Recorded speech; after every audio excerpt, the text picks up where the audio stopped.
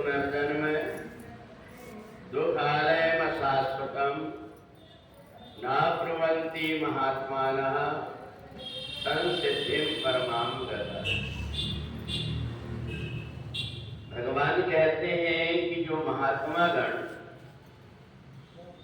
मेरा चिंतन करते हैं, मुझे दुख रूप संसार से मुक्त होकर प्राप्त कर लेते हैं और उन्हें इस संसार में आना जाना नहीं पड़ता। अनेक जन्मों तक जब व्यक्ति साधना करता है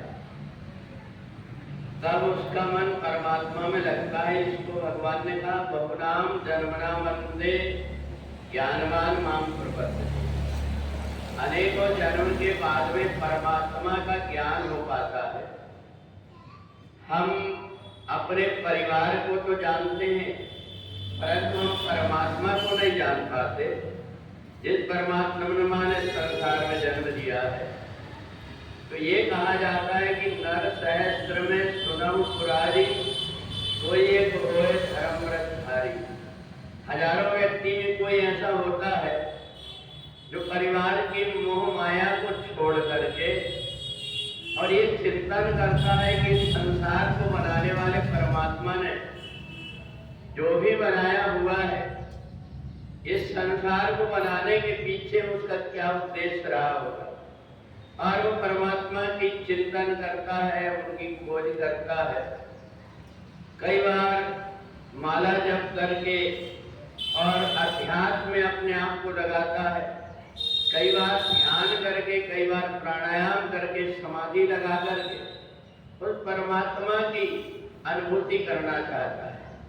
तो जो भी व्यक्ति किसी भी प्रकार से परमात्मा की तरफ चलने लगा, उसका विनाश नहीं हो पाता, जन्म मरण के चक्कर में नहीं पड़ता, उसकी दिनचर्या अलग प्रकार की हो जाती है। और जो व्यक्ति परमात्मा से दूर हो जाता है, वो जन्म और मरण के चक्कर में पड़ता है। 8वें अध्याय में इसी को अक्षर ब्रह्म कहा गया।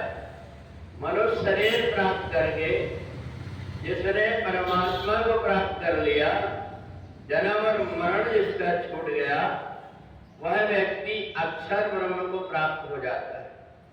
और जब तक जन्म और मरण का चक्कर नहीं छूटता, तब तक जीवात्मा कर्म के बंधन से बंधा होता है।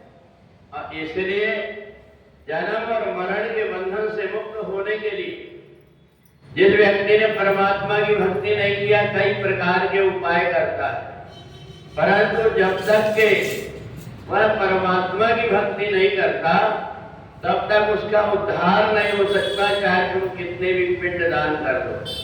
बारी मथे धृत हुए भरू सिकता देवर तेल, बिन हरि भजे न भव करे, यह सिद्धांत अभेद। एक घड़ी असंभव कार्य, रेत से तेल निकल जाए, पानी के मथने से घी पैदा हो जाए, परंतु जब तक के हम परमात्मा की भक्ति नहीं करेंगे, तब तक के हमारा आवागमन छूटने वाला नहीं। और इसलिए संसार में आकर के जो परमात्मा की भक्ति करने लगता है, वह जन्म और मरण से मुक्त हो जाता है। परमात्मा के समय समय पर कई प्रकार के रूप हैं। एक समय भगवान शंकर और पार्वती दोनों वन में बैठे हुए थे। अकस्मात भगवान शंकर की समाधि लग गई। पार्वती को बहुत जोर से भूख लगी।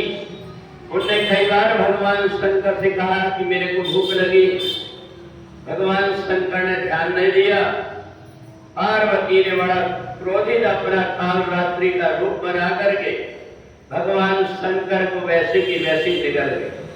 जैसे भगवान शंकर को निगले, सारे देवता भगवान शिव की स्तुति करने लगे कि अब क्या होगा। भगवती कालरात्रि ने भगवान शंकर को निगल लिया। सारे देवता को दुखी देख करके भगवान शंकर, जब उस समय कालरात्रि भगवती पार्वती के शरीर में देखा कि अपने आप को, तो धुआं बन करके भगवान बाहर निकले, जिससे जो रूप प्रकट हुआ उसको धूमावती देवी के नाम से मानते हैं। और नवरात्रि में सप्तमी के दिन काल रात्रि के रूप में जिनकी पूजन होती है। तो इसलिए परमात्मा अनेक प्रकार से उत्पन्न होकर के इस संसार में दुष्टों का नाश करके और धर्म की पताका फहराते हैं।